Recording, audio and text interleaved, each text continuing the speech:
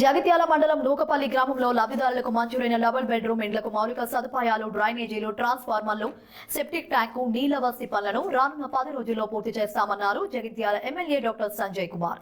ఈ సందర్భంగా ఆయన మాట్లాడుతూ అభివృద్ధి అనేది నిరంతర ప్రక్రియ అని, ఇంకా చేయాల్సిన పనులు చాలా ఉన్నాయన్నారు. ప్రజల సహకారంతో పట్టణం అభివృద్ధి చేస్తామని ఆయన తెలిపారు. ఈ సందర్భంగా డబుల్ బెడ్రూమ్ కాలనీలో వెలిసిన శివుని దర్శించుకుని ప్రత్యేక పూజలు నిర్వహించారు. అనంతరం Jagtial urban housing colony, Nukapalli double bedroom ఇండ్ల మౌలిక సదుపాయాలు, డ్రైనేజీలు, ట్రాన్స్ఫార్మర్లు, సెప్టిక్ ట్యాంకు, నీళ్ల సదుపాయం, వివిధ అభివృద్ధి పనులను పట్టణ నాయకులతో కలిసి పరిశీలించి పనులు త్వరితగతిన పూర్తి చేయాలని సంబంధిత అధికారులకు ఆదేశించారు.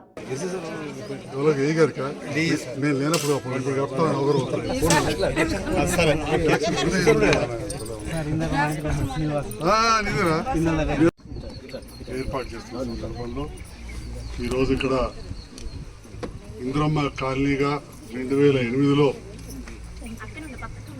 ఏర్పాటైన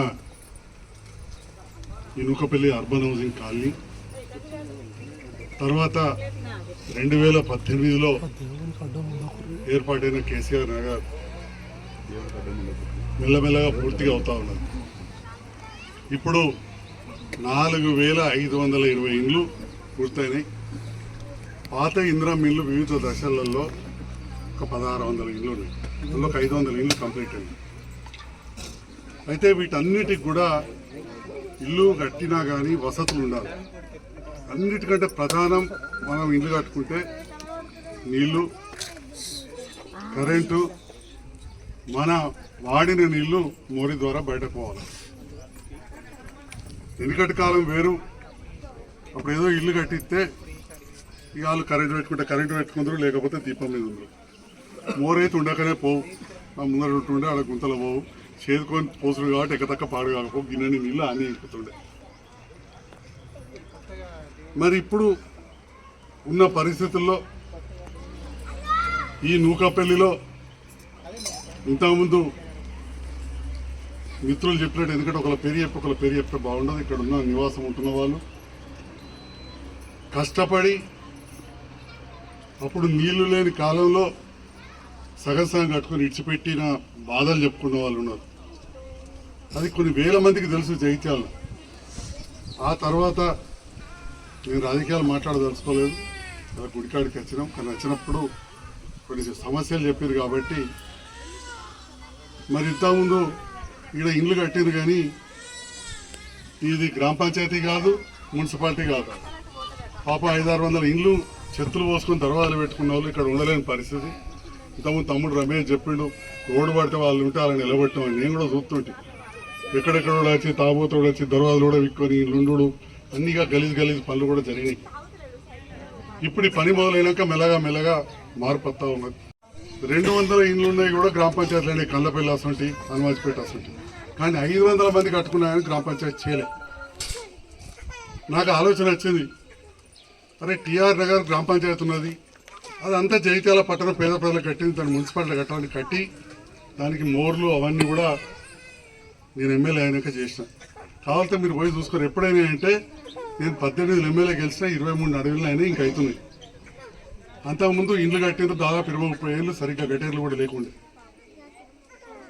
మరి అయినా అంటే సంజయ్ కుమార్ జేబులోకి వెళ్ళి ఇయ్యాడు. ఎవ్వరు జేబులోకి వెళ్ళి ఇయ్యారు. ఇందిరమ్మ కాలనీ పెట్టామంటే ఇందిరమ్మ ఇంట్లోకి వెళ్ళి ఇయ్యారు. కేసీఆర్ గారు కాలనీ అంటే కేసీఆర్ గారికి వెళ్ళారు.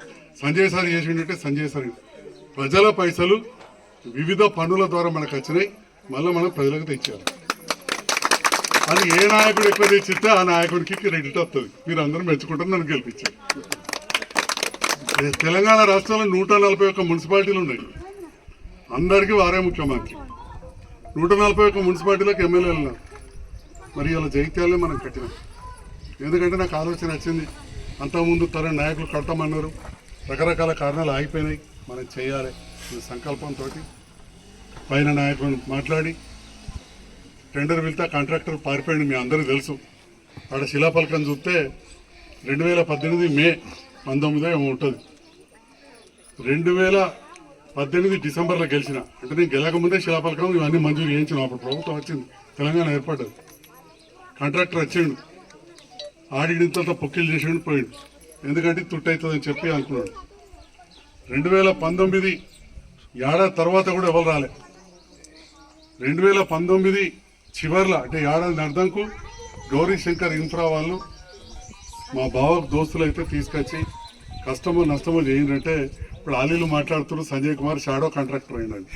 మరి నేను కాంట్రాక్టర్ షాడోనో అసలు నాకులో తెలియదుగా నాకేం సంబంధం లేదు. కానీ నేను మా బంధువులు మిత్రులు తీసుకొచ్చినందుకు ఇవాళ 20,000 మందికి గూడైతే దొరుకుతుందని చెప్పి నేను సగర్వంగా